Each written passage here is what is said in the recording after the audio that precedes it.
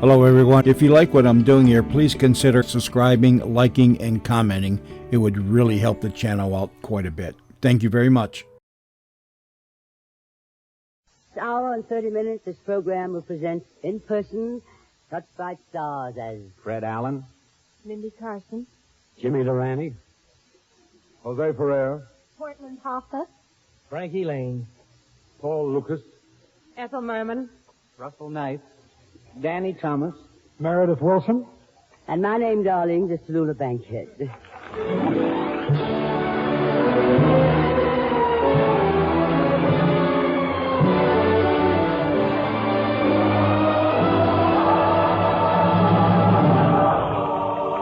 National Broadcasting Company presents The Big Show.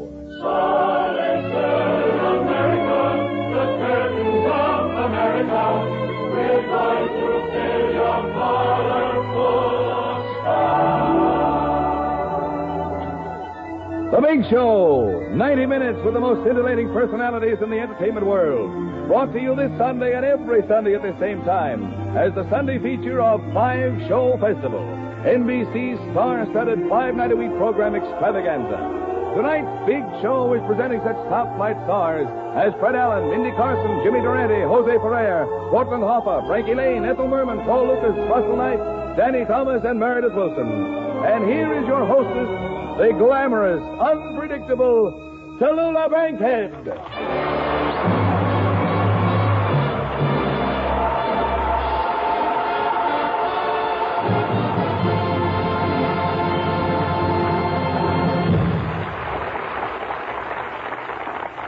This is Radio 1950, the greatest stars of our time on one big program.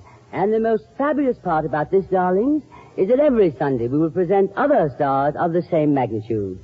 Pardon me if I sound like a name dropper, but just listen to 3 or 4 of the names we've lined up for next week's show. Groucho Marx, Annie Bryce, Jane Powell, and Ezio Penza. Well, now, don't just sit there with your mouths open, darlings. I know what you're thinking. You think such a radio show every week is impossible. And I'm sure that after you hear our first broadcast, you're going to say that show was impossible. Oh, no, that doesn't sound quite right, does it? But NBC says nothing is impossible. All it takes is courage, vision, and a king-sized bundle of dough. Each week there will be comedy, drama, music, all performed by the biggest stars we can find. Of course, darlings, now and then a clinker may sneak in, but we're going to try... Just a minute. I heard that last remark and I resemble it. Jimmy, you ready?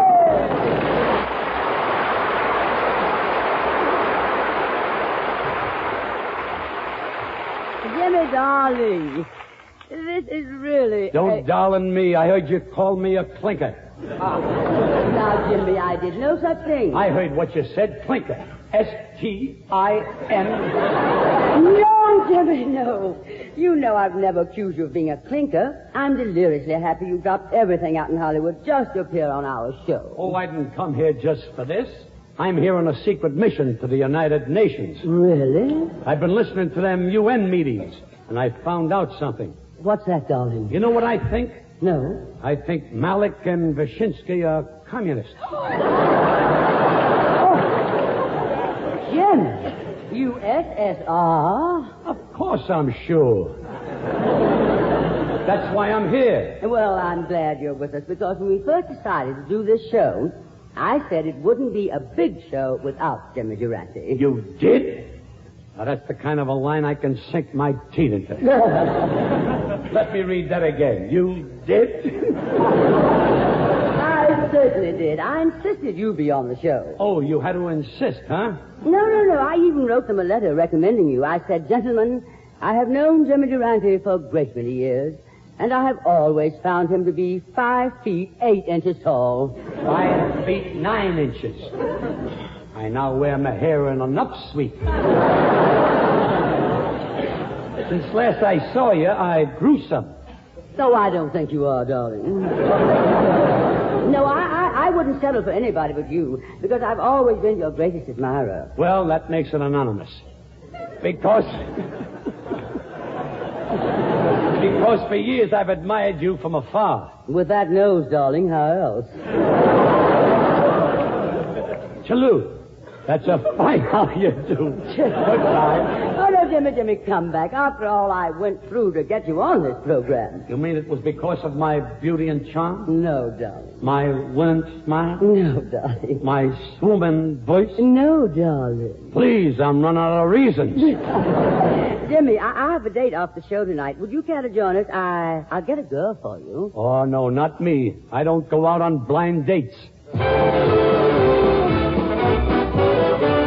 The other day, a friend of mine gave me the number of a girl he wanted me to know. Blind dates are for me, and when she answered the phone, I gave her my sweetest hello. Snuggling up close to the phone, I says, Durante speaking. How about going out with me tonight? She says, before I go out with you, what do you look like? What a dilemma.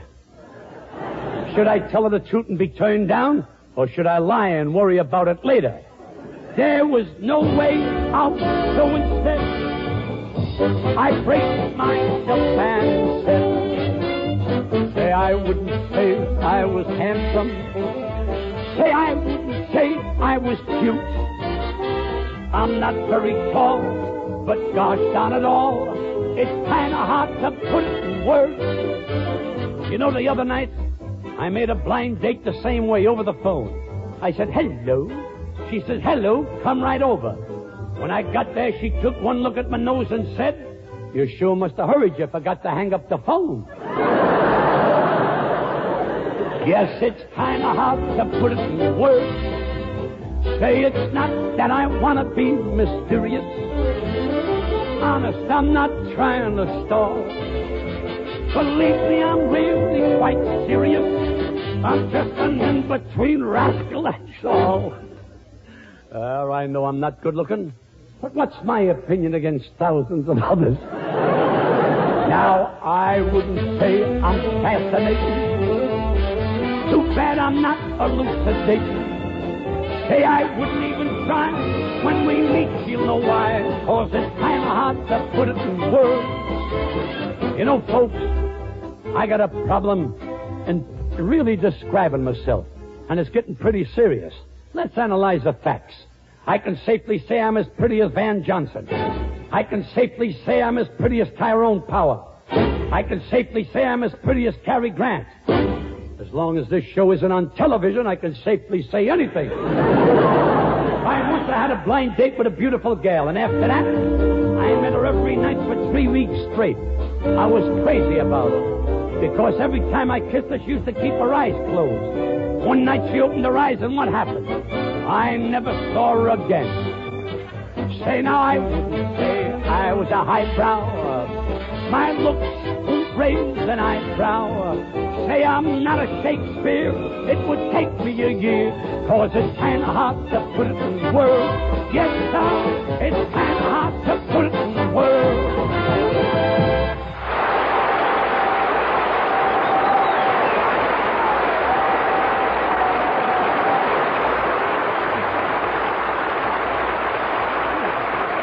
Darling, I don't know how you do it, Jimmy. Jimmy, come back here. You're a genius. Hey, Jimmy.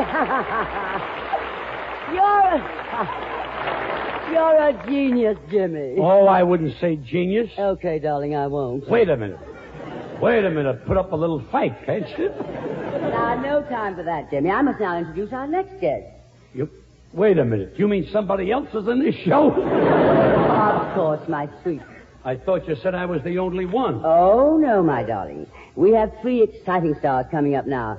Then Broadway's biggest hit, Call Me Madam. Presented by Leland Haywood, the music by Irving Berlin, booked by Howard Lindsay and Russell Krauss, and dances staged by Jerome Robbins. And here are the stars I was telling you about. Ethel Merman, Paul Lucas, and Russell Knight.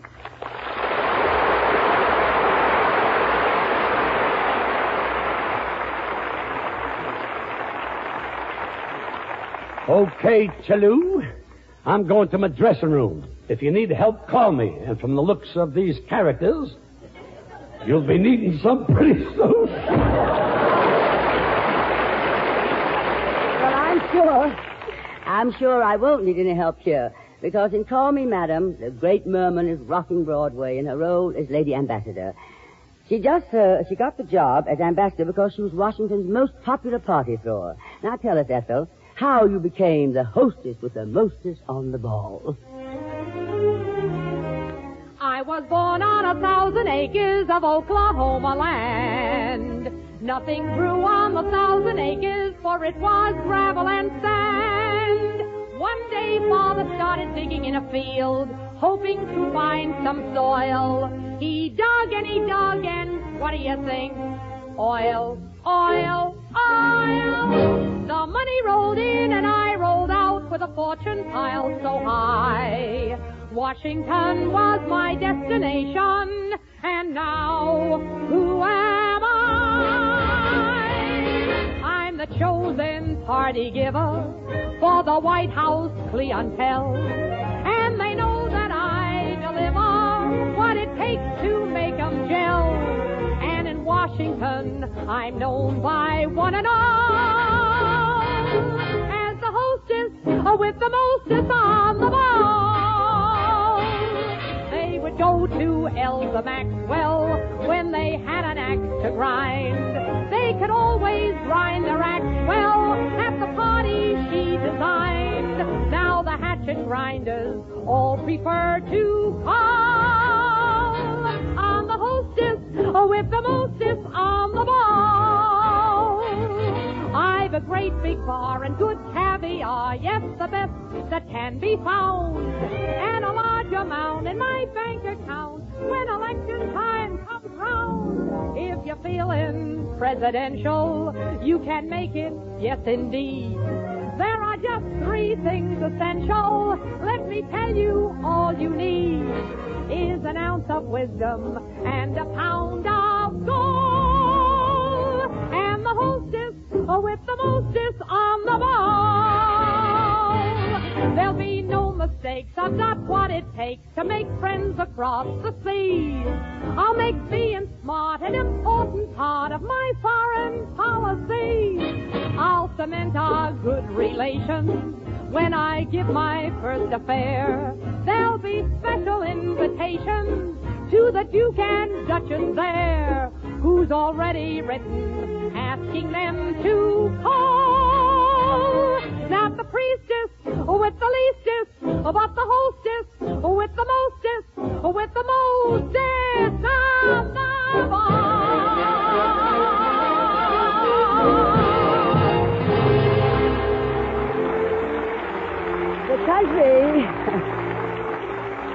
The country Ethel is ambassador to is Lichtenberg. Now, don't look for it on your maps, darlings. It's strictly a musical comedy country, full of politics, peasants, and Paul Lucas. Welcome to Lichtenberg. I don't think you know much about us, except, of course, our famous Lichtenberg cheese. I know very well you enjoy it, and we would enjoy it too. But we can't afford it, for we must have dollars, and so we send it to you. At the moment, I am not very popular. As finance minister, I had to cancel our annual Lichtenberg fair. I shall absolutely decline to serve in this post again in next week's cabinet. I shall try to be foreign minister. I'm very curious about this new American ambassador, this fabulous Mrs. Sally Adams. What a fantastic country this America. First they create the atom bomb, and then they send a woman as ambassador to Lichtenberg. How they love to play with explosives. But Lichtenberg won't be offended. We'll manage to stay alive. We're not very touchy, this quaint little duchy that somehow seems to survive.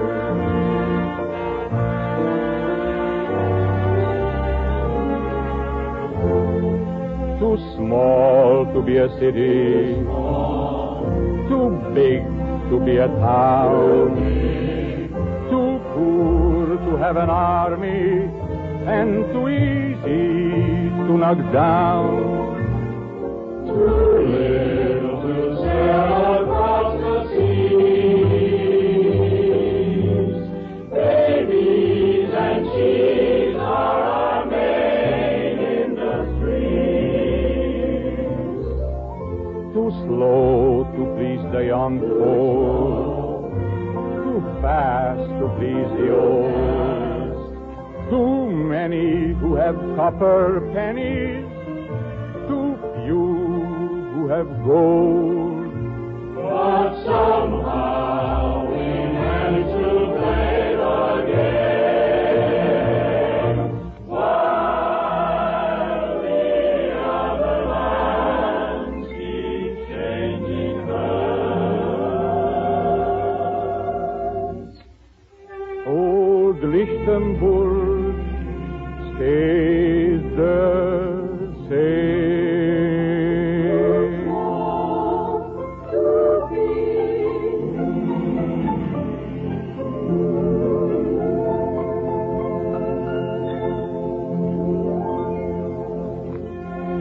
Being an American ambassador, Ethel's first official move, naturally, is to offer Luxembourg the loan of $100 million. Luxembourg being a musical comedy country, Paul Lucas turns down the loan. But Ethel falls in love with this new type guy, and she doesn't mind dropping a few hints about the way she feels. Money, money, money, money, money, money. Can you use any money today? Money, money, money, money, money, money. Nice new bills that we're giving away. There are photographs on every one, Lincoln, Grant, and Washington, or you might like the ones with Henry Clay. Can you use any money today? 2 million, 4 million, 6 million, 8 million, 10. Take what you want. When it's gone, you can come back again. Bills that haven't been printed yet, you can have them by the sack. Coins that haven't been minted yet, that you never have to give back. Money, money, money, money, money, money. Uncle Sam puts it right on the line. And if we ever run out of checks for him to sign, you can have mine, all of mine. You can have mine. Money, money, money, money, money, money. Can you use any dollars today? Money, money, money, money, money, money. We've so much that it gets in our way. In our treasury there's a mighty sum, millions we've subtracted from the envelopes that hold our take-home pay. Can you use any money today? Home in the States, underground, there's a cave full of gold. Backed up a truck and we'll fill it with all it can hold. Take 10 million and please don't fuss if you find it can't be spent. You can lend it right back to us and we'll pay you 7%. Money, money, money, money, money, money. Uncle Sam puts it right on the line. And if that fellow with whiskers ever should decline, you can have mine, all of mine. You can have mine.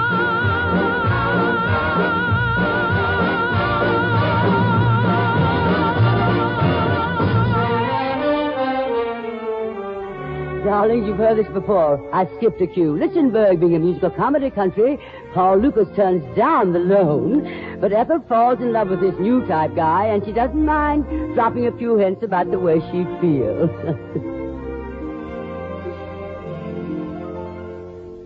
Please let me say from the start, I don't pretend to be smart. I just suggest what I think best, having your interest at heart. I only want what's the best thing for you would be me. I've been convinced after thinking it through that the best thing for you would be me. Every day to myself I say, points away, what will it be? I ask myself, what's the best thing for you? And myself and I seem to agree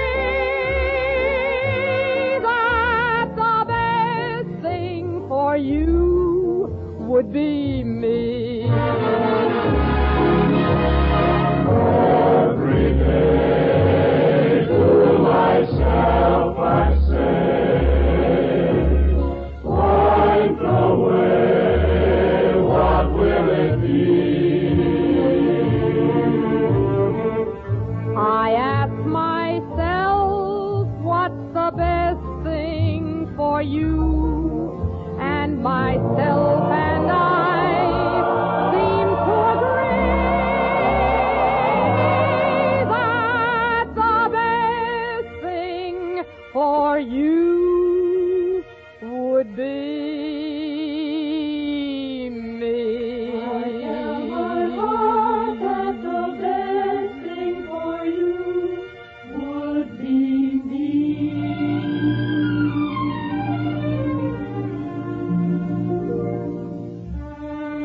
Now, to complicate matters, Ethel's young assistant, played by Russell Knight, falls in love with Princess Maria, daughter of the Grand Duke.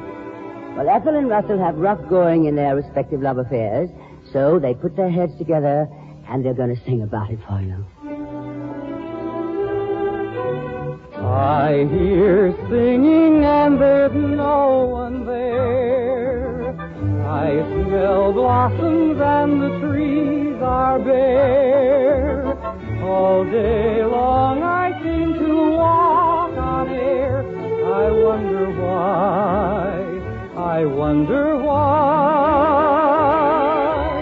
I keep talking in my sleep at night. And what's more, I've lost my appetite.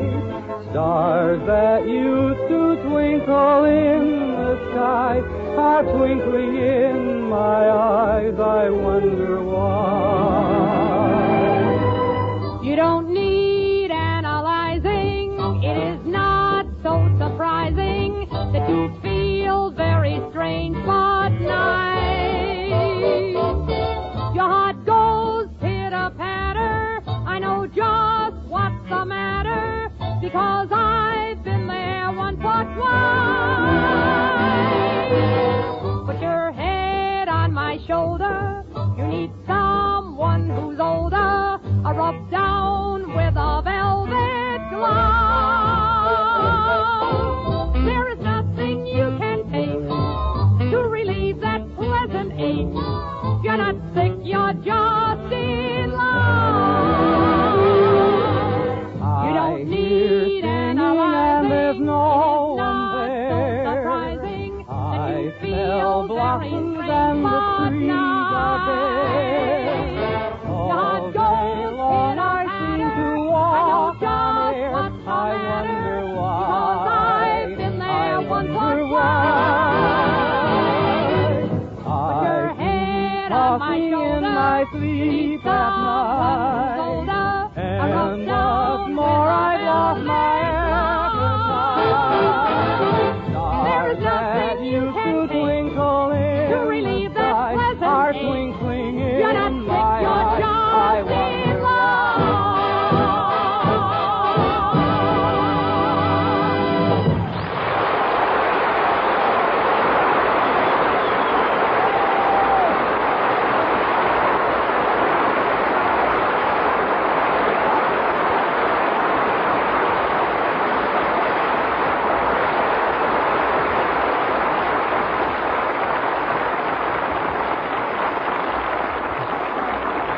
Now,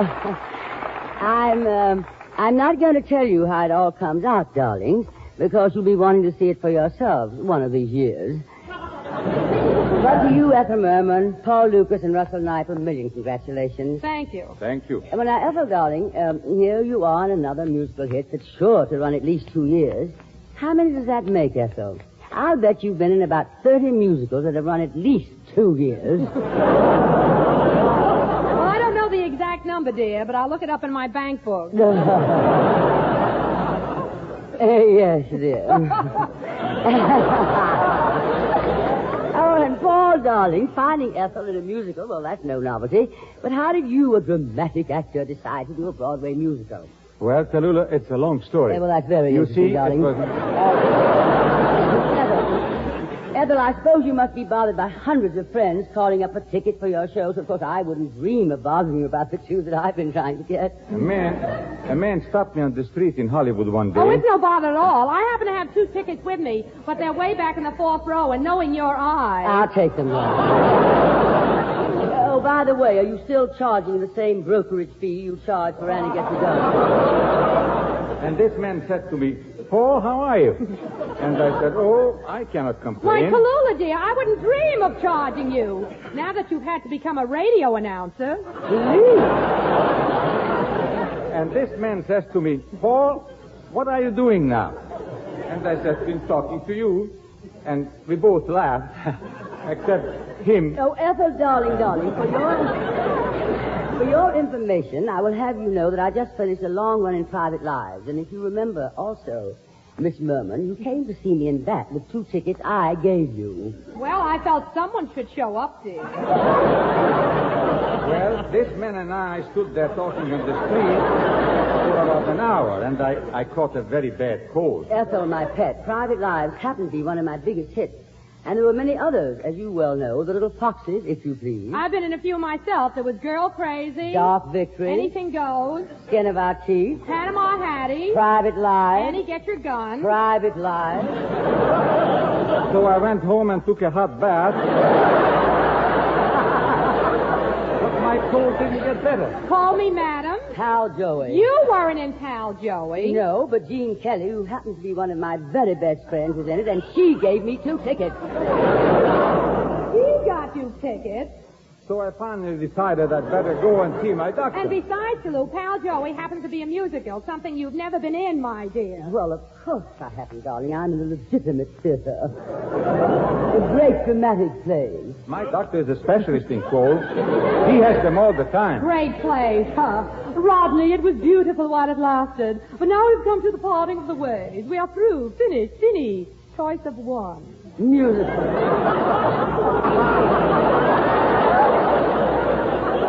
Musicals indeed. Ha! I got rhythm. And my doctor cured me. I got rhythm. I got rhythm. Who can ask for anything more? Oh, Paul, my dear Paul, I've neglected you, haven't I?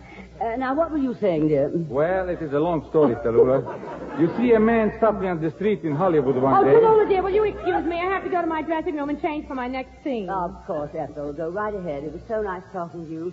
We always have such stimulating conversations when we get together, don't we, darling? Oh, I wouldn't have missed it for the world. And I want you to know, Tallulah, that Paul and I have had such fun working with you, haven't we, Paul? And this man says to me, Paul, how are I you? want you to know, Tallulah, that it's an honor and a pleasure to be on the same stage with such a gracious and talented artist as you are. Now, just a minute. What do you mean by that? Oh, Tallulah, for goodness sake, let's not start that again, because if you do, I'm liable to haul off and ring your chimes.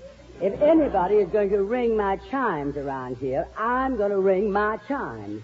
This is NBC, the National Broadcasting Company.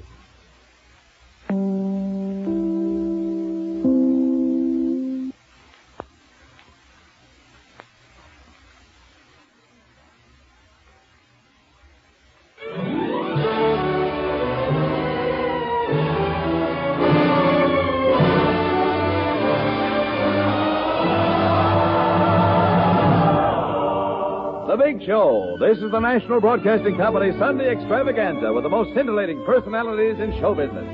This portion of the program is the Sunday feature of NBC's star-studded 5-show festival of comedy, music, drama, and mystery, presented 5 nights a week, and brought to you by RCA Victor, world leader in radio, first in recorded music, first in television, and by the makers of Anacin for fast relief from pain of headache, neuritis, and neuralgia.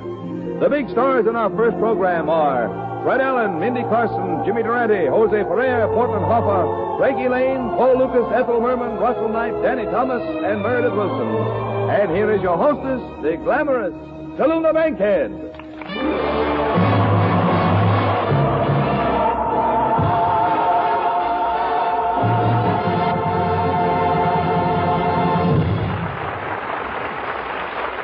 You know, darlings, we have more stars on this show than there are in the Milky Way, from the candy bar of the same name. We have assembled in our show in Radio City Center Theater in New York some of the greatest entertainers of our time. We have such people as... Just a minute. Hold the show. Stop that dialogue. James Durante, what's the matter now? What's the matter, she says. I'm sitting in my dressing room in front of my mirror, plucking my eyebrows, putting on my makeup. Max Factor Ingenue number 2. When I look in the mirror and the fella in the mirror ain't doing the same thing as I'm doing. Well, who was it? I don't know, but there he is standing out there now. Oh, Jimmy, that's Danny Thomas. Good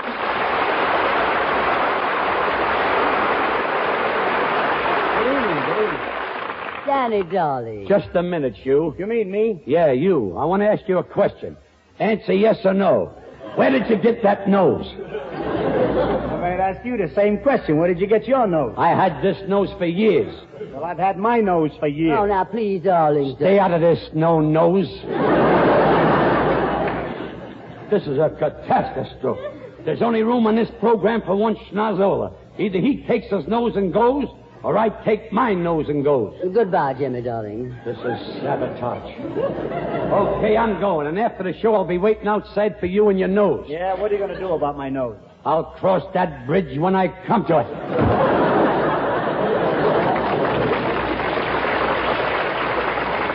He's a whimsical character, isn't he? Another impersonator. I suppose everybody thinks he can do an impression of Jimmy Durante. Oh, darling, that was. How do you like the nerve of that guy? He doesn't like my nose. You didn't even give it a chance. I should have said it's a kind of a nose that grows on you, I should have said. Who did you think he is, Durante? It was. Either your nose goes or my nose goes, he says. I should have said, well, you take yours and blow, I should have said. I should have said, now look here, Durante, I don't... Hey, that was Durante? In person. Hey, why didn't you tell me? He's my favorite. I've idolized him ever since I was a kid. Oh, well, Danny, you can apologize to him later. Well, I most certainly will apologize. I'll get down on my hands and knees. But look, Tallulah, I don't want any trouble with anybody. I'm at peace with the world, honest I am. I've been to a psychiatrist. I feel wonderful. As a matter of fact, I have a song on the subject. Oh, all right, darling. Will you tell us about it, Danny? I'd love to tell you about it. There seems to be so much chaos in the world. People hating everybody and everybody in a big hurry to die. I figured that a little philosophy would help. In other words, things aren't so bad that they couldn't be worse, so don't worry, they'll be worse. The title of the song is Take It Easy, Be Casual, Relax. Does this hectic world around you get you down? Are you gloomier than anyone in town? May I, in all humility, suggest a simple cure? And if you care to heed it, you'll be happier, I'm sure. For instance, when you're betting on a horse, you're gonna win, of course. You're already planning on 2 new Cadillacs. When you lose, make this note just before you cut your throat. Take it easy, be casual, relax. Or when you come home late some night, you don't put out the light as you quietly remove your coat and your slacks.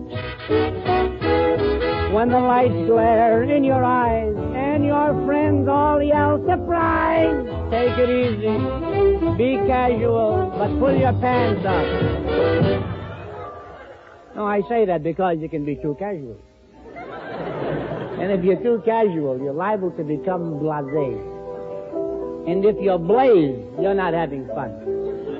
No, with you, everything is, so what? That's an awful thing, and drive people to suicide. So what?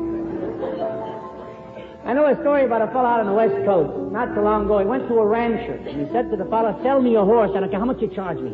I have to have this horse delivered to my house tomorrow. The next day, the horse was delivered. The fellow said to the rancher, bring the horse into the house, take him right into the bathroom, and put him in the bathtub.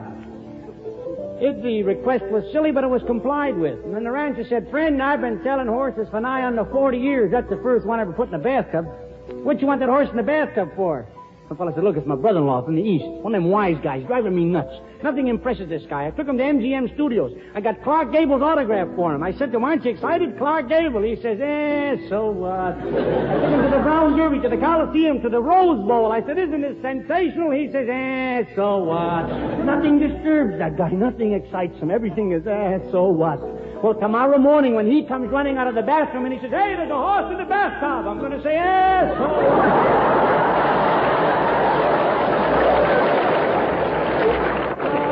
Take it easy. Be calm and be cool. Men, if your wife runs off with all your jacks, it could be worse. She might come back. And bring her mother with her. That was cruel. I apologize. I wish to apologize to all the mothers-in-law present and those who are listening. Not mine, just to those present.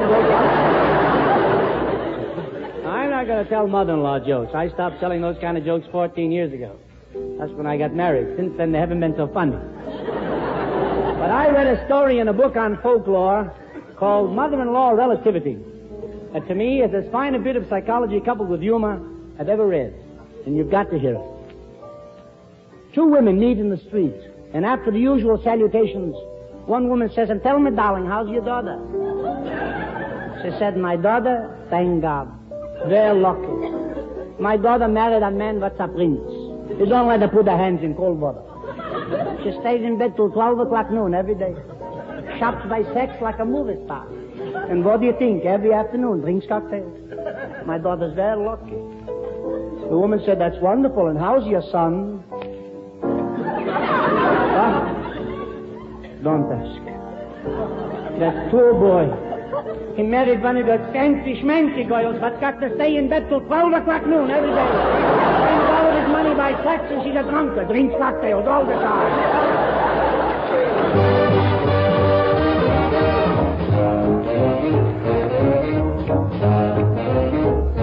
So when your business takes you far from home, and you call your wife on the phone, your name is John, and she says, hello, Max. Don't be blue or discontent. Maybe Max will split the rent. Take it easy.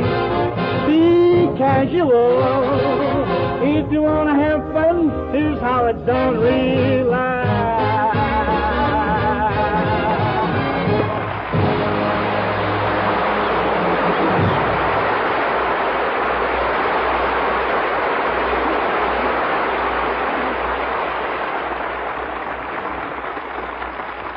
Danny, that was delightful. And what a performance you gave, especially for someone who's just flown in from California. You must be dead tired, darling. Yes, and I can say in all modesty that everyone thinks I'm a tired comedian. Not I, darling. You know, I told them at NBC when we were planning the show that it couldn't be a big broadcast without Danny Thomas. How can I ever repay you for coming? With money. Now, no schmo, he. I was only joking, Tallulah. Believe me, I'm honored to be listed among the great names on this show. I would have appeared on this program for a song. Well, how lucky for me, because I was wondering about how to introduce Mindy Carson. Mindy, darling. Hello, Tallulah. Hello, Danny.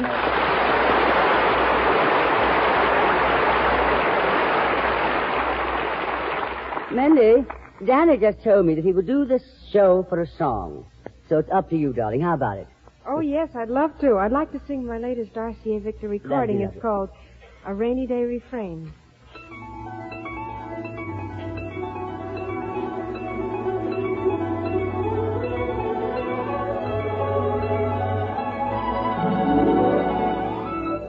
Dim da dum da dim da dum da dim da dum da dim da dum. I'm dreaming to the rhythm of the rain. Da dim da dum da dim da dum. I get the sweetest memories from the rhythm of a rainy day refrain. Da dim da dum da dim da dum da dim da dum da dim da dum. I've got that little love song on my brain. Da-dum, da-dum, da-dum, da-dum. I guess there's no escaping from the rhythm of a rainy day refrain. The lovely day we met, I still remember well.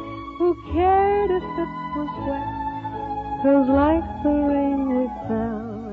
An April afternoon, a rainy day romance.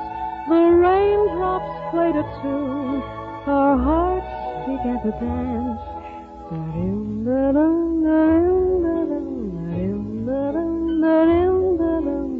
We're so in love, I'll always love the rain. Da-dum, da-dum, da-dum, da-dum. I get the sweetest memories from the rhythm of a rainy day refrain.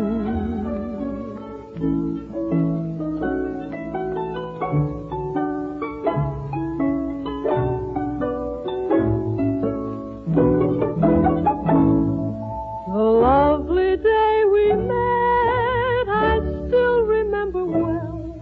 Who cared if it was wet? 'Twas like the rain we fell. An April afternoon, a rainy day romance.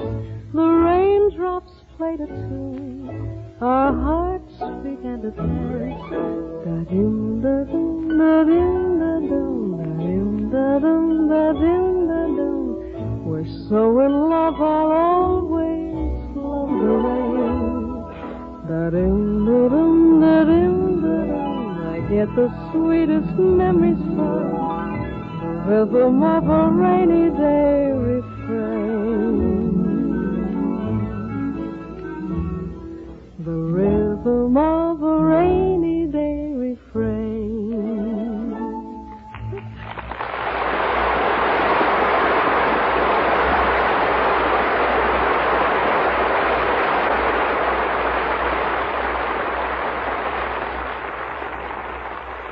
You folks at home, would you please glance over here just a second? What do you see? A small table radio, a console, a radio phonograph? For as low as $12.95, you can add the RCA Victor 45 RPM system of recorded music to your present set, regardless of size, age, or make. Now, at this low price, you needn't be without the music you want when you want it. You've seen the Victrola 45 attachment. It's the automatic changer that plays the amazing 7-inch records. Everyone's going 45. It's all play and no work. Load a stack of your favorites with one hand in one swift motion. Press a button and relax. 45s can play as long as ordinary 12-inch records, and you can store them in a bookshelf. The 45 is yours for only $12.95. So don't put off all that pleasure. See and hear the RCA Victor 45 at your dealers right away. Just 10 days from now, Broadway will have its first showing of a new movie which has already stirred vast excitement in all who love the tradition of a great performer in a great play. The movie is Stanley Kramer's production of Rostand's immortal comedy, Cyrano. And here in a sneak preview is the distinguished young star of the picture, Jose Ferrer, as Cyrano de Bergerac.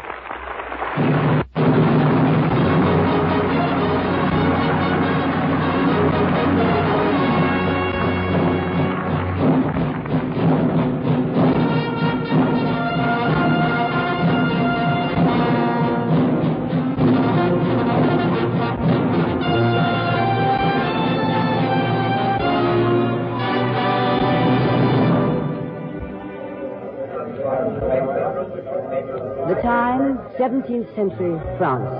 The place, the Theatre Bourgogne in Paris. Angrily mounted on a chair, Just below the footlights is the heroic figure of Cyrano de Bergerac, who has just stopped the play and ordered the foppish actor Montfleury off the stage. In all France there is no one to match Cyrano as swordsman, poet, playwright, and wit. And in all France, nay, in all the world, there is no nose to match the size of Cyrano's outlandish nose. Ah, but a member of the audience dares speak. Monsieur, how dare you interrupt the play?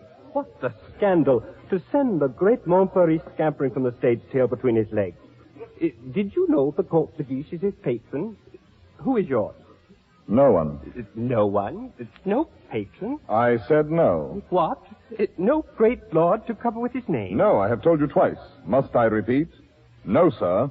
No patron. And when do you leave Paris? Sir? The Comte de Guiche has a long arm. Mine is longer by the 3 feet of my sword. Yes. But your dream of daring... I do dream of daring. But you may go now. But you may go. Or tell me, why are you staring at my nose?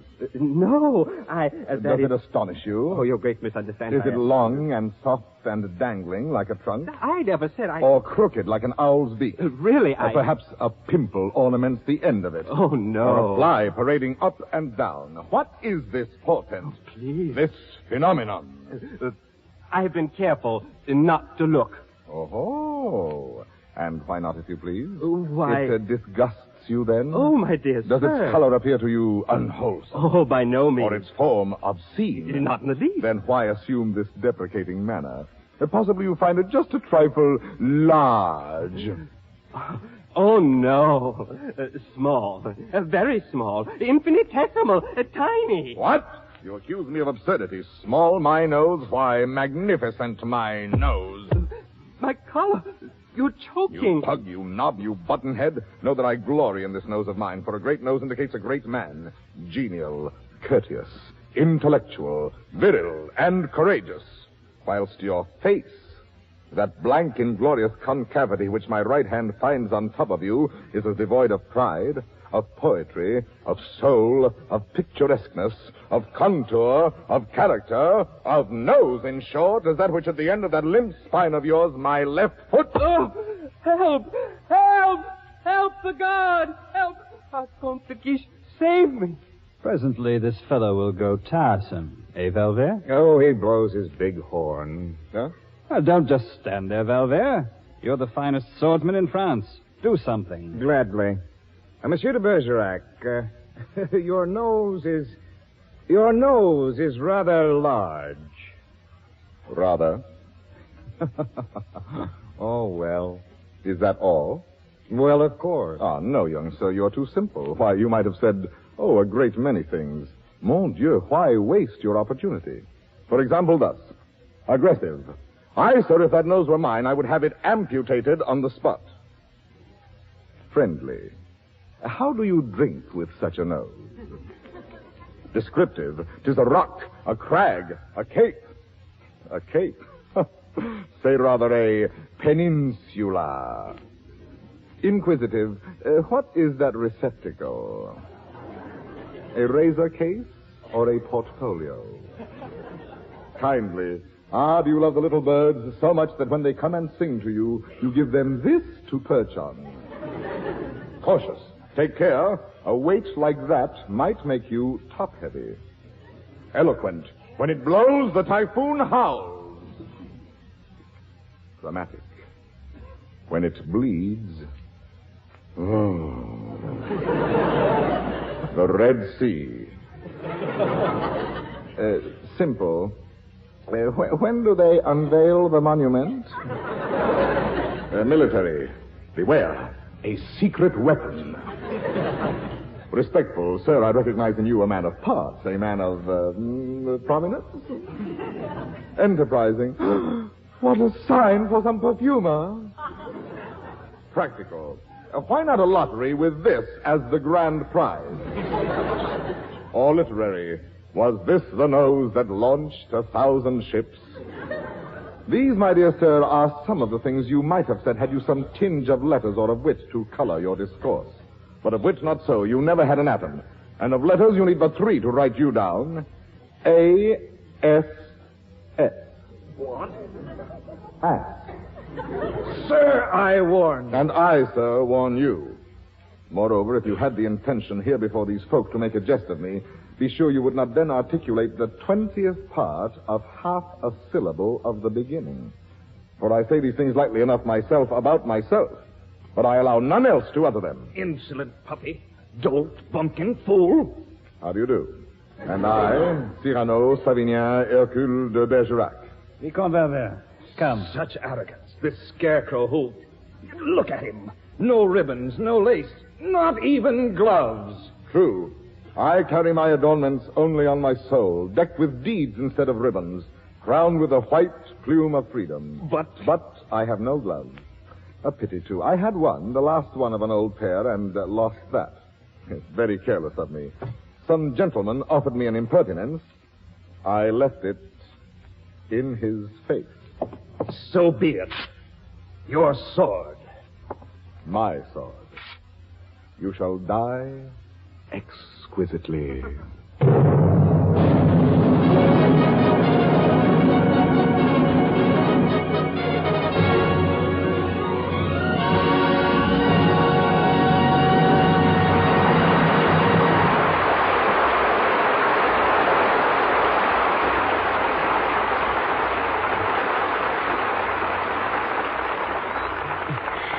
Well, Jose, that was a very exciting performance you gave us, Cyrano. And I know when everyone sees you in the picture, they'll be even more thrilled. But I hope Broadway hasn't lost you to the movies entirely, because, well, there are critics who consider you the greatest actor on the American stage today. Oh, well, now, Tallulah, I wouldn't say the greatest. Okay, darling, I won't. Now, wait a minute, Tallulah. Put up a little fight, can't you? I'd like to meet this gentleman, if I may, Miss Bankhead. Oh, of course, darling. Jose, this is Meredith Wilson. Meredith, say hello to Jose Ferrer. Hello, Jose Ferrer. How do you do? Why, Mr. Ferrer, I certainly enjoyed that little recitation you just spoke. Recitation? Yeah, about the fellow with the big nose. It reminded me of a fellow back home. He had a big nose, too, named Wally Parker. A nose named Wally Parker? Yes. No, his name was Wally Parker. Do you think I meant his nose was named Wally Parker? No, his name was Wally Parker. How do you like that, Miss Bankhead? He thought I meant his nose was named Wally Parker. Meredith, dear boy, will you go on with your sordid little story? Yes. Well, this all happened back in my hometown, Mason City, Iowa. Yes, a one-nighter. Yeah. And one night he was going to propose to his girl, Susie Witherspoon. But on account of his nose, he just couldn't get up the courage to ask her to marry him. Well, she finally married a fellow named Ralph Douglas. He's in the feed business. They're very happy.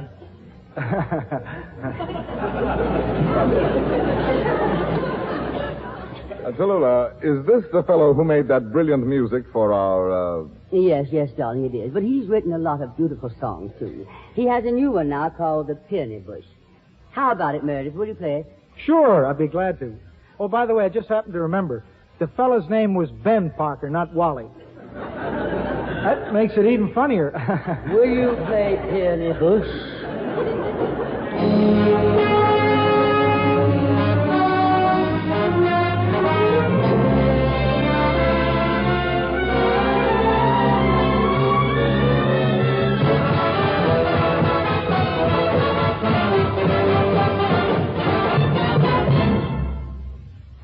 Every rose, every tree, and every bird and bee seem to rate a roundelay or two.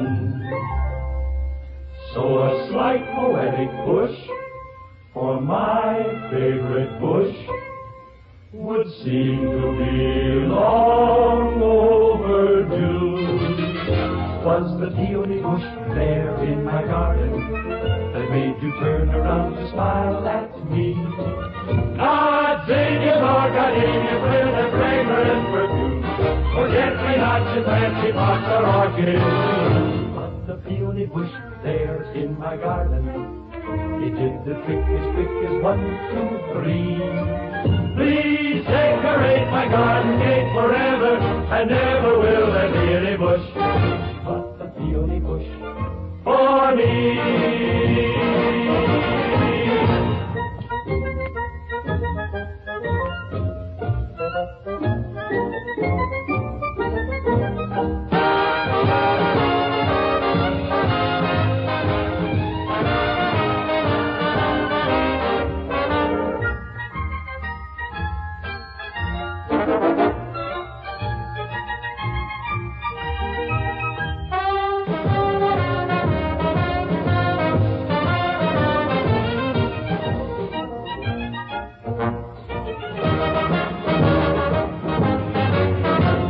The peony bush there in my garden that made you turn around to smile at me.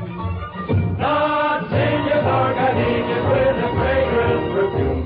Forget-me-nots and fancy pots or orchids bloom. But the peony bush there in my garden, it made you linger till you missed your bus. Please linger here beside me, dear, forever, and never will there be any bush. The peony bush for us.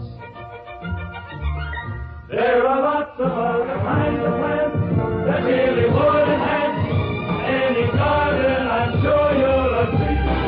Never will there be any bush but the peony bush for me.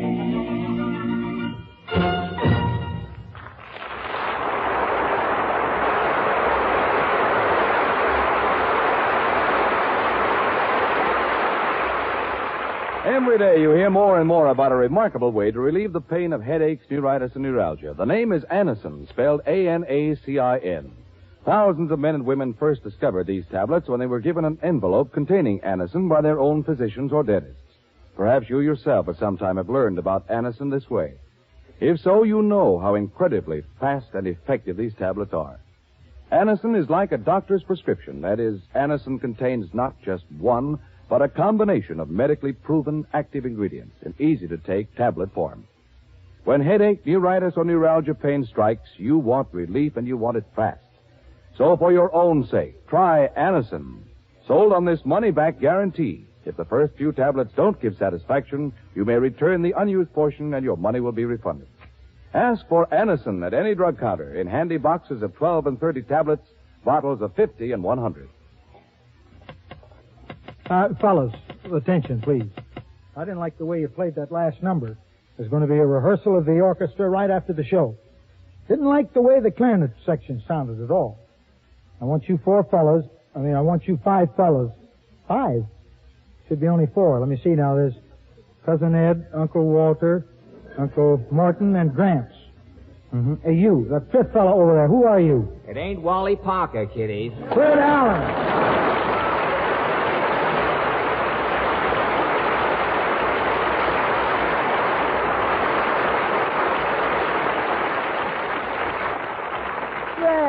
Come on out here. What are you doing in that orchestra? Well, NBC, you still being convulsed? Yes, darling. Well, NBC has tried me on radio, and they've tried me on television. Now, while they're waiting for a new medium to come along, they're trying me on this special assignment with my clarinet, sort of freelancing. I see, darling. Now, what special assignment? Well, first, the announcer, Ed Hurley, he has to ad-lib something about... This portion of the program is brought to you by RCA Victor, world leader in radio, first in recorded music, first in television, and by the Whitehall Pharmaceutical Company, makers of Anacin, Colonos, Bicidol, and other fine drug products. And then I'm supposed to play...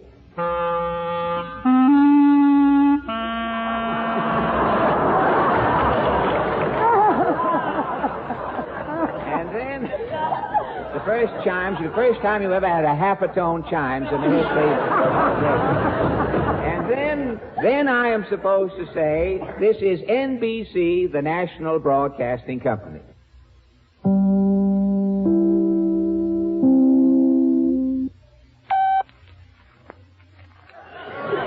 Fred, my darling. Oh. You fool. Oh, yeah. It's so nice to have you back on radio.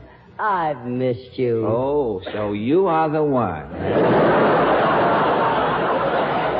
According to Hooper, you are the one. No, darling, we've all missed you. Why don't you come back, Fred? Well, I'll tell you, darling.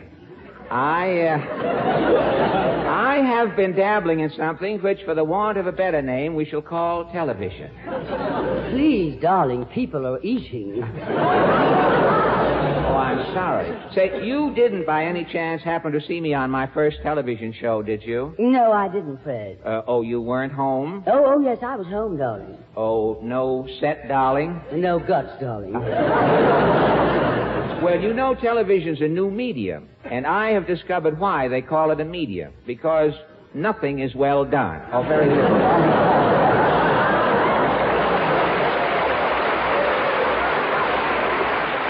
Oh, darling, I think you're so funny. So you are the one, huh? No, Fred. No, seriously speaking, darling. Well, as if we haven't been. What else have we been? No. Why did you leave radio? Well, I'll tell you, Tallulah, they wanted me to do one of those programs where you call up people on the telephone and ask them questions and give them prizes, you see. And that's why I quit and went into television. You mean? Yes, it was a choice between the medium and the telephone. Wait for laugh. Oh, excuse me. No, don't read the stuff in parentheses. You skipped I'm that. sorry, That's Fred, just I'm sorry. Well, anyway, I'm glad I was able to get you back on radio, even if it is only as a guest. Uh-huh. You know, when they told me about this big-name broadcast, I told them it wouldn't be a big-name broadcast without you, Fred. Well, in radio, Fred has been a four-letter word for some time. Oh, in fact, I insisted that they put you on this show. Well, you insisted? You met with some stiff opposition, did you? Well, I had to go through channels. Oh, I say, I've read about those channels, but I had thought of coming back to radio if I could find a new formula, a format, you know. I did get one idea, and strangely enough, it came from Portland. She seemed to think that if I... Mr. Allen! Well... Mr. Allen!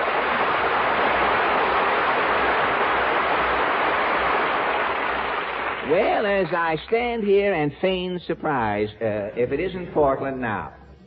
Portland, Georgia, I had some more here. See, we didn't rehearse the audience. It says applause after this, but you see, the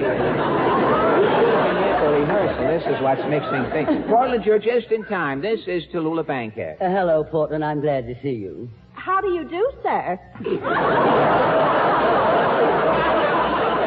Portland, I understand that you weren't on the first television show Fred did. Why was that? But my dress wasn't cut low enough. Oh. You mean a dress with a V-neck? A TV neck. Well, before this conversation gets too fey, Portland, how about telling Tallulah the idea you thought up for a radio show for me? Oh, I didn't think of it. No. Mama thought of it. Oh, your mother is writing for radio now? Well, by the way, I was on television the other night, Portland. Did your mother see me? Oh, she never could.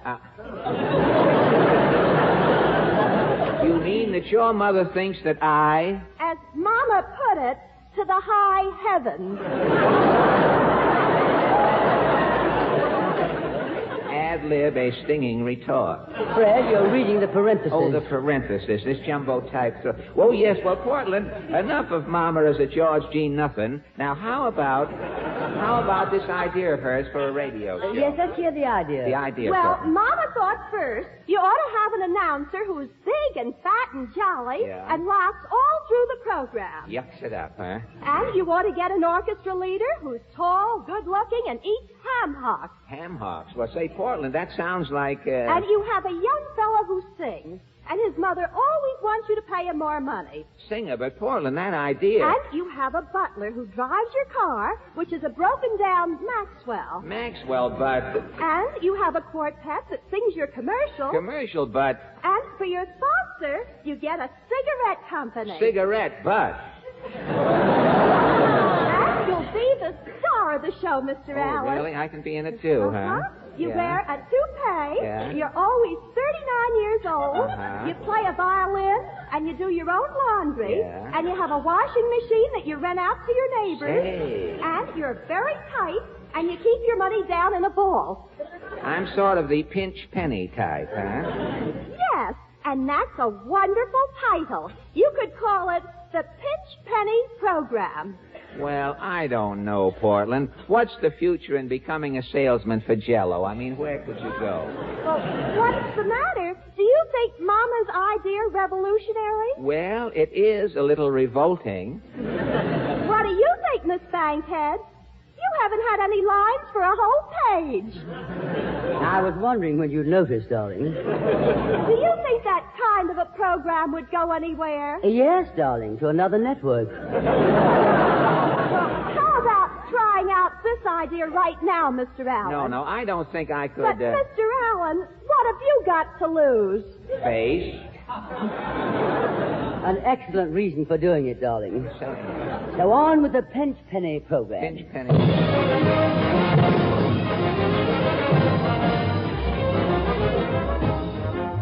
The Pinch Penny program. Ha, ha, ha, ha, ha, ha. 30 minutes of hijinks with your favorite radio comedian, star of stage, screen, and laundry, Pinch Penny.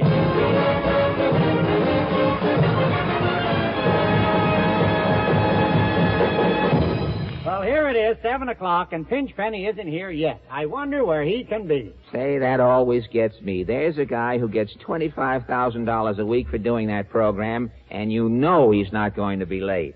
He's probably been standing there since noon with his bare money belt hanging out. Try another opening. Could you scare up another opening? Okay. Well, as you know, ladies and gentlemen, this is the first show of the new season. And so we give you the star of our show, just back from an extended 3-month, 40-cent tour of Radio City, Pinch Penny. Hello again. Hello again, this is Pinch Penny. And Don Thomas, you know that's not true. You know I took a cruise to Honolulu. It was a wonderful boat trip. Really? How did you go, Mr. Penny? First class? Well, not exactly. Second class? Well, no, you see... Third class? Well, no, Donze. Oh, then you must have gone steerage. Steerage? Why, Don, how can you say that about me? It's easy. Didn't you find it pretty crowded down in steerage? Don, for your information, I'll have you know that I had the whole boat to myself. What boat was that? Well, it was one of those little boats that hangs over the side of the big boat. Oh, so you went stowaway. Yes, that's the class I was trying to think of. And it's the only way to travel, Don, with the wind and the spray in my hair. Your hair, Mr. Penny? Well, I had it hanging over the side of the boat. Now, stop that, Don. Did you like Honolulu? Oh, it's so colorful there, and I'll never forget the day we docked. All the little native boys standing on the pier, and the people on the boat throwing pennies into the water, and the way those little rascals dive in and fight to get that money. They go to all that trouble for pennies? Well, after all, Don, it's not taxable, no inheritance tax or anything, liquid assets, you know, just as you pick it out. Now, Mr. Penny, don't tell me that you... Now, Don, please, after all, say, where is everybody? Where's Dennis? I want to talk to Dennis about his song for our first show. Oh, here he is. Hello, Dennis. Hello, Don. Mr. Penny, my mother thinks... Hello, Dennis. My mother thinks I ought to get more money for this new season. I said hello, Dennis. Hello, Mr. Penny. My mother thinks I ought to get more money for this new season. Now, later, kid. Now, look, for your first song this year... My mother thinks I'm underpaid. Your mother doesn't know what she's talking about. Now, for your... Ooh, what you said. Now, for your first song... My mother is the brains of the family. Some brains. Now, look, kid, for your first song... She was an undergraduate from the University of Southern California. Come louder. I say she was an undergraduate from the University... Now, cut that out. I pay you ample salary. You mean sample. My mother says that Bing Crosby makes as high as $50 a week and sometimes $75. Well, Bing Crosby has a lot of interest. He's in the orange juice business. He owns a baseball club. Where does he find the time for all that? He makes movies. He runs a racetrack. Where does he find the time for all that? He has 4 sons. Where does he find the time? Where? Well, my mother either says I get money or I'll quit. Well, goodbye, darling. Goodbye, Dennis. Every time I open my mouth to quit, somebody says goodbye, darling. All right, goodbye. And my mother says she's going to send you back these pennies you sent from Honolulu. Where? Mr. Mr. Penny, you don't mean you dove for pennies with those kids in Honolulu. Well, the water was so delightfully warm, Darnset. And now I am in the spot. What am I going to do about a singer for the program? Oh, don't worry about that. Singers are a dime a dozen. They are? Where? Where can you get them for a dime a dozen? Where are singers for a dime for a dozen? Where? There's a bunch of singers in a choral group here. Say, any of you boys want to sing on this program? I'll sing. All right, boy. Step over here. What's your name, son? Frankie Lane. Frankie Lane.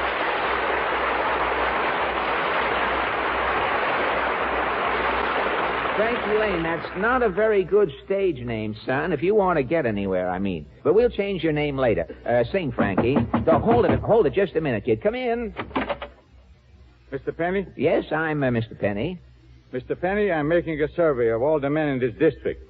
What is your age? 39. Well, we are making a list of all available men under 40.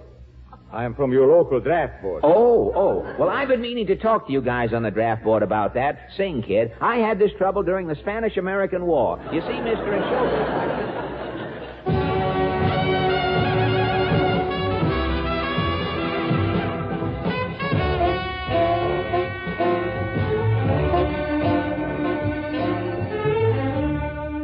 You gave me green. You gave me blue skies above. But Lord, a man gets awfully lonesome without a woman to love. You gave me tall timber. You made me free as a dove. But Lord, a man gets awfully lonesome without a woman to love.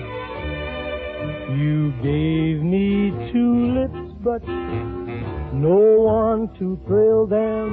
You gave me 2 arms, but no one to fill them. And ever since the world began,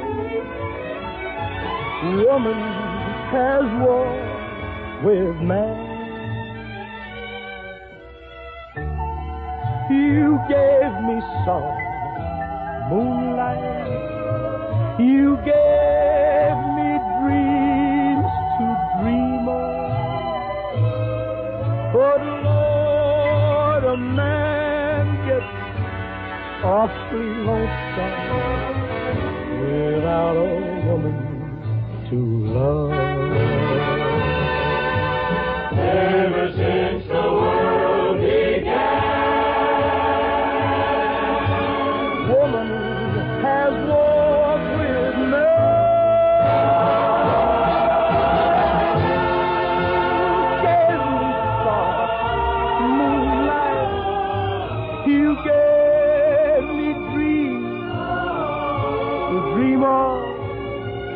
but Lord, a man gets awfully lonesome without a woman to love.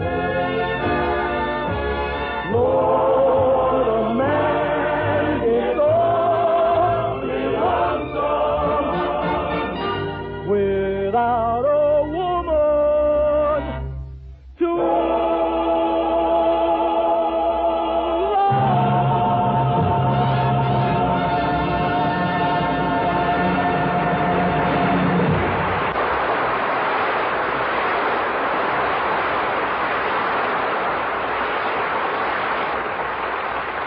was very good, kid, for a beginner. You can have the job. Well, how about the money, Mr. Penny? Money? Well, at a dime a dozen, that would be 1/12 of 10, would be 1/12. I had an offer to sing on television with Fred Allen, you know. Oh, please, people are eating, please. But I tell you what I will do. I'll take an option on you and think it over, mull it over a while for 30 days. I'll give you an advance, okay? Golly, that's fine, Mr. Penny. How about 5? That'll be wonderful. Here you are. There's 1, 2, 3, 4, 5. Gee, thanks, Mr. Penny. So long, kid. Golly, Indian heads. And they're so bright and shiny. Where is everybody, Mr. Penny? We got to have a rehearsal of the show. Well, Portchester should be here any minute with the scripts. Well, here's Portchester now. Oh, yes. Hello, Portchester. Hello, Bo.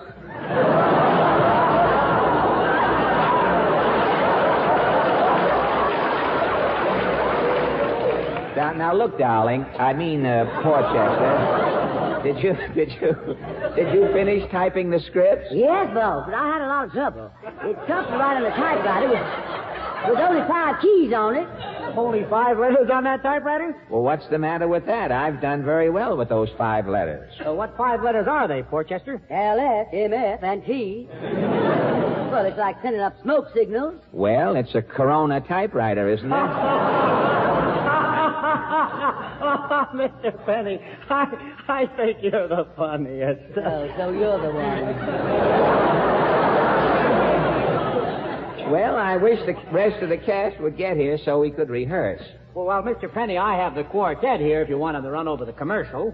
We have no commercial. This is a sustaining program. But they've already rehearsed it, Mr. Penny, haven't you, fellas? But,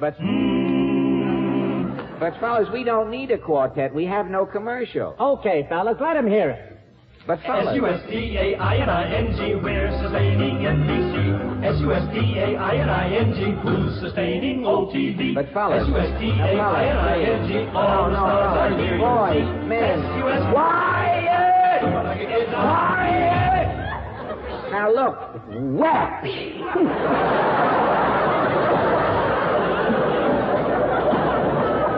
Another well, and I'll strike oil in it.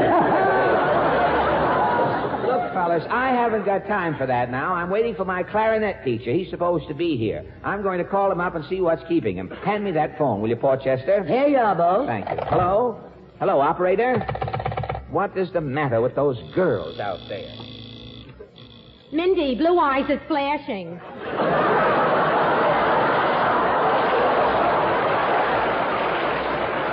If they are, Ethel, it's the first time I ever saw them flash. Did he give you a present when he got back from his vacation? Yeah, he gave me a locket. Ain't it a beauty? Oh, yeah, an Indian head. But it's nice, though, isn't it? Oh, they're a dime a dozen. Oh, not these. They've gone up. They're 10 for a dime. But instead of bringing me expensive gifts, I sure wish he'd stop making up new rules. Oh, Mindy, you're always telling me about your troubles. I have troubles, too, but you never ask me how I'm getting along. All right, Ethel. How are you getting along? Don't ask. How are you getting along with Herman? Don't ask. Gee, I thought he was going to take you out Saturday night. Didn't ask. Why? I thought he had intentions. Oh, sure he's got intentions, but he don't want to get married. Oh, men, you sure got to hand it to him. Not Herman. He takes it himself.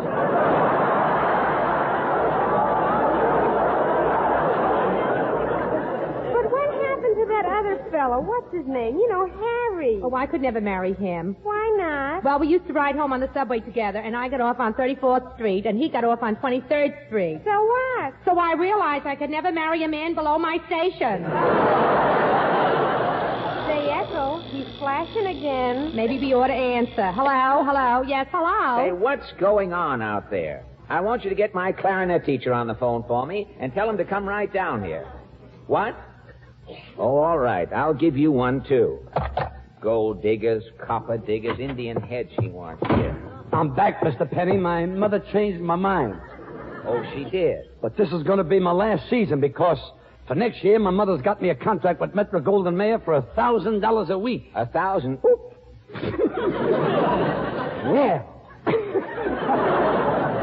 That's right, 1,000 a week. MGM signed a contract with you? Ooh, signed. Now cut that out. Have no fear, Meredith Harris is here. Well, it's about time. It's about time you showed up. Where were you? Now, take it easy, Dad. I'm here, ain't I? Where was you? He asked me. Where was you? I said, where were you? Okay, if you're going to get geometrical about it. Well, ain't we dandy? If I'd have known, I'd have brung you an apple. It's not brung, it's brought. Ah, tell it to the morons. What goes around here? How about the rehearsal? You'll have to wait until we get through with my clarinet lesson. Until my teacher comes, I think I'll do a little practicing. My teacher will be here any minute. He comes by bus, so it'll take a little while for him to get here.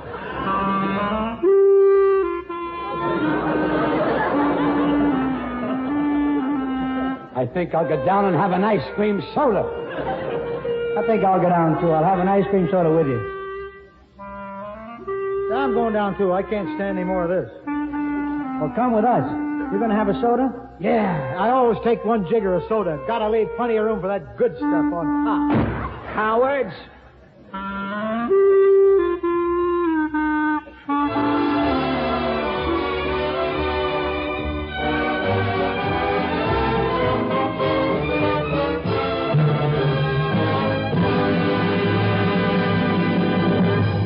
Mr. Allen. Oh, you're back again, are you, Portland? Well, tell me, what did your mother think of the way we took off that sterling character she originated for radio? Well, Mr. Allen, she doesn't think it's your type of program. Oh, really? She has another fellow in mind for it. Mr. Livingston, I presume? Well, she has got a wonderful idea that would just fit you. Oh, another idea, really? She thinks you ought to have a program where you walk down an alley Yeah. and you talk to people you meet there, Yeah. like a Southern congressman, an old farmer, and an Irishman. And you tell a lot of old surefire jokes and find myself broadcasting at the same time everybody else is listening to a quiz program someplace. I know what you mean, Portland. I'm not going through that again. No, sir. I'm not.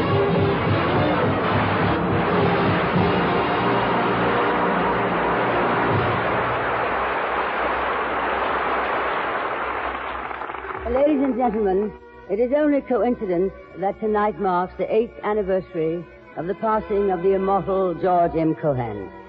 It is a fitting coincidence for us because we all somehow feel the presence, the friendly approval, the exhilaration one always knew when George M. was around.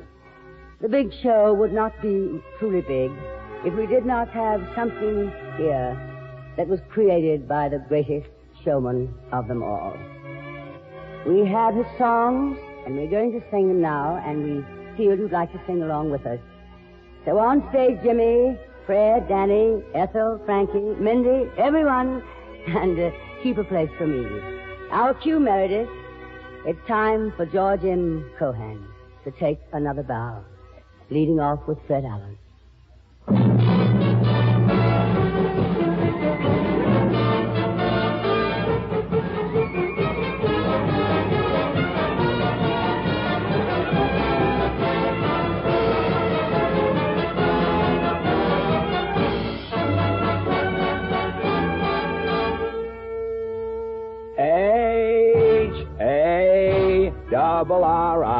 H-A-R-I-G-A-N spells Harrigan. Proud of all the Irish blood that's in me. Divil a man can say a word agin me. H-A-R-R-I-G-A-N, you see. It's a name that a shame never has been connected with. Harrigan, that's me. Frankie, you're next.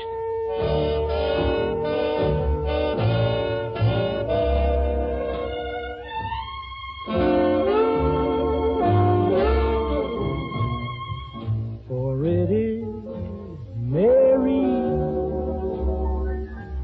Mary, plain as any name can be, but with propriety, society will always say Marie, but it was Mary, oh, Mary, long before passions came. And there is something there that sounds so square, and it's a grand old name. Ethel, take it. I'm a Yankee Doodle Dandy.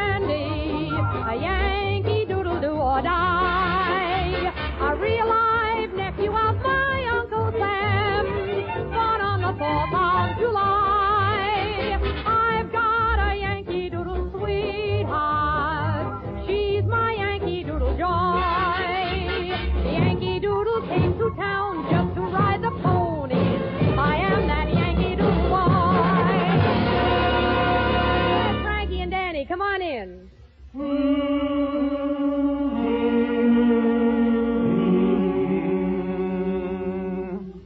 Honest little girlie, I am strong for you. When you go away, I'm gonna long for you. Won't you please encourage me with just a word or two?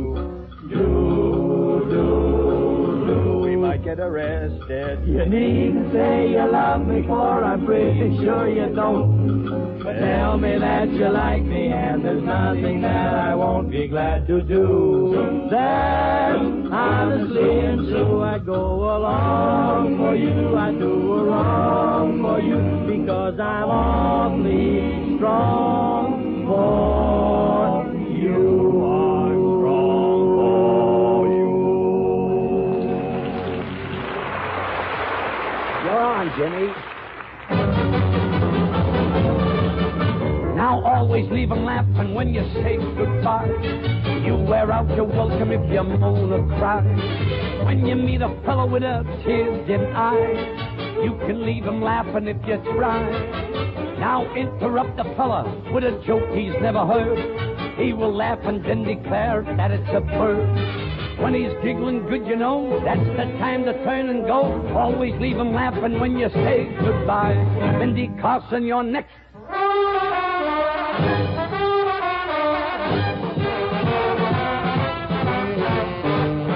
Eef-a-sop-a-dilf-a-dop-a, sing, babe. Eef-a-sop-a-dilf-a-dop-a, swing, babe. Gather up the honey, do the Michigan glide. Side to the side, dance to the bride. Eef-a-sop-a-dilf-a-dop-a, go, babe. Eef-a-sop-a-dilf-a-dop-a, slow, babe. Gaze into my glimmers when you're ragging with me, and be my eef-a-sop-a-doof-a-dop-a rag baby. Eef-a-sop-a-doof-a-dop-a rag baby. Take it, Tallulah.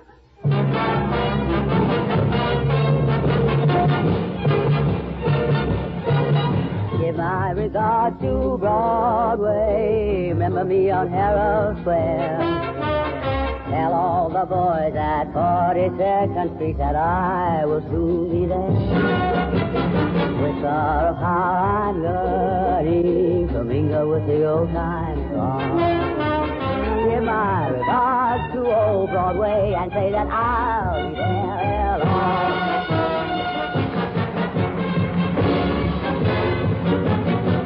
You're a grand old flag, you're a high-flying flag, and forever it keeps me waving.